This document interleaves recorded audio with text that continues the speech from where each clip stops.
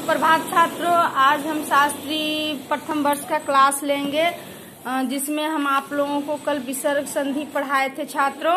ठीक है, विसर्ग संधि के नियम बताए थे, परिभाषा और नियम, और कुछ नियम बच गया था जो आज हम आप लोगों को बता देंगे छात्रों। और एक और क्लास लेंगे जिसमें सारे विसर्ग संधि कल खत्म हो जाएगा, है ना। यानी कि संधि ही कल खत्म हो जाएगा अगर एक क्लास और लेंगे तो। ठीक है, उसके बाद अगले क्लास में हम कुछ और पढ़ाएंगे। ठीक है, तो विसर्ग संधि का अगला नियम है छात्रों, यदि विसर्ग के पहले अ हो और बाद में घोष व्यंजन या ह हो तो विसर्ग ओ में बदल जाता है ना। तो घोष व्यंजन छात्रों आप लोग को पता होना चाहिए। तो घोष व्यंजन देखिए कौन कौन से होते हैं। सारे स्वर होते हैं और प्रत्येक वर्ण का तीसरा, चौथा और पांचवा वर्ण होता है। यानी क वर्ग का कौन सा होता है? ग, घ, ग। च वर्ग का ज, झ, य। ट वर्ग का ढ, ढ, ण। इसका त वर्ग का द, ध, न, है ना। ठ, ड, अड़ होता है। ठीक है, और ड, ढ, अड़, ढ यहाँ छूट गया है। ठीक है, ढ, ट, ठ, ड, ढ, अड़ होता है। त वर्ग का द, ध, न होता है, और प वर्ग का ब, भ, म। यानी कि प्रत्येक वर्ण के तीसरे, चौथे और पांचवे वर्ण और य, र, ल, व तथा ह घोष वर्ण है। यानी ये छात्रों नोट में आप लोग याद रखिएगा। जब भी विसर्ग संधि का इस नियम को बनाइएगा, इस नियम से जो उदाहरण बनाइएगा उसमें ये घोष व्यंजन याद रखिएगा। ठीक है छात्रों, तो इसकी क्या नियम था कि यदि विसर्ग के पहले अ या अ हो और बाद में घोष व्यंजन या ह हो तो विसर्ग जो है ओ में परिवर्तित हो जाता है। जैसे अधः, अधः जोड़ गति। ठीक है, तो ध है अधः। ठीक है, तो ये ध में अ स्वर है ना, अब विसर्ग है उसके बाद आपको कौन सा है? ये घोष वर्ण है ग।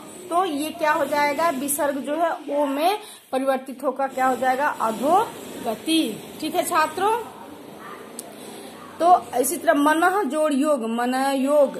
वयः जोड़ वृद्धि, वयो वृद्ध। मनः जोड़ हर, मनोहर। यश जोड़ दा, यशोदा। मनः जोड़ भाव, मनोभाव। यानी कि विसर्ग जो है वो किस में परिवर्तित हो जाता है छात्रों? ओ में। ठीक है, अगला नियम है कि यदि विसर्ग के पहले अ या आ को छोड़कर कोई अन्य स्वर हो तथा बाद में कोई घोष वर्ण हो तो विसर्ग के स्थान पर र हो जाता है। फिर अगले नियम में बिल्कुल अलग हो गया है छात्रों कि सेम है, उसमें भी घोष वर्ण होगा लेकिन वो विसर्ग क्या हो जाएगा? र में परिवर्तित हो जाएगा, है ना। तो जैसे निह जोड़ आशा, निराशा, है ना। दुह जोड़ उपयोग, दुरुपयोग। निह जोड़ गुण, निर्गुण। बहिर जोड़ मुख, बहिर्मुख, है ना। विसर्ग जो है क्या हो जाएगा? वो र में परिवर्तित हो जाएगा। ठीक है छात्रों, अगला हम उदाहरण देखेंगे, अगला नियम देखेंगे छात्रों कि यदि विसर्ग के बाद तलाबे श या दंत स हो तो विसर्ग के बदले तलाबे श या दंत स हो जाता है।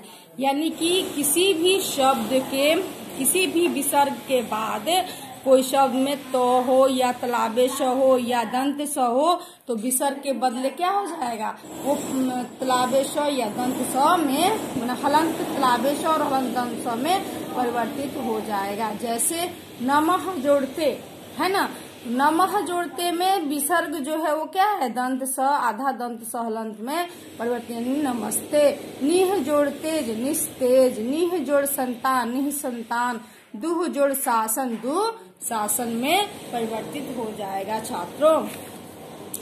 अगला नियम है देखिए छात्रों कि विसर्ग के पूर्व यदि अ या आ हो तथा उसके बाद कोई भिन्न स्वर हो तो विसर्ग का लोप हो जाता है। अब इस नियम में देखिए कि इसमें स्वर जो है या विसर्ग के पूर्व हो या बाद में हो तो क्या हो जाता है, विसर्ग का लोप हो जाता है, यानी कि सिर्फ विसर्ग का लोप हो जाता है और ज्यों का त्यों वर्ण हो, इसमें नहीं कि किसी कोई परिवर्तन नहीं होता है ना, यानी कि पास पास आए हुए स्वरों की संधि नहीं होती है। जैसे अतः जोड़ एव, अतः में क्या है, अतः में विसर्ग है, इस विसर्ग का लोप हो गया तो लोप हो गया तो बिल्कुल इसमें कोई परिवर्तन नहीं हुआ, अतएव हो जाएगा। ठीक है, यस्सह जोड़ इच्छा, इसमें भी विसर्ग की लोप हो गया तो ये क्या हो जाएगा छात्रों, यस्सह जोड़ इच्छा, यस इच्छा। ठीक है, तो यहाँ तक हम आप लोग को बता दिए छात्रों, कल अंतिम क्लास एक संधि का लेंगे और उसमें 1-2 पॉइंट और बचा है विसर्ग का, उसके बारे में बताएंगे छात्रों। ठीक है, आज इतना ही तक, धन्यवाद।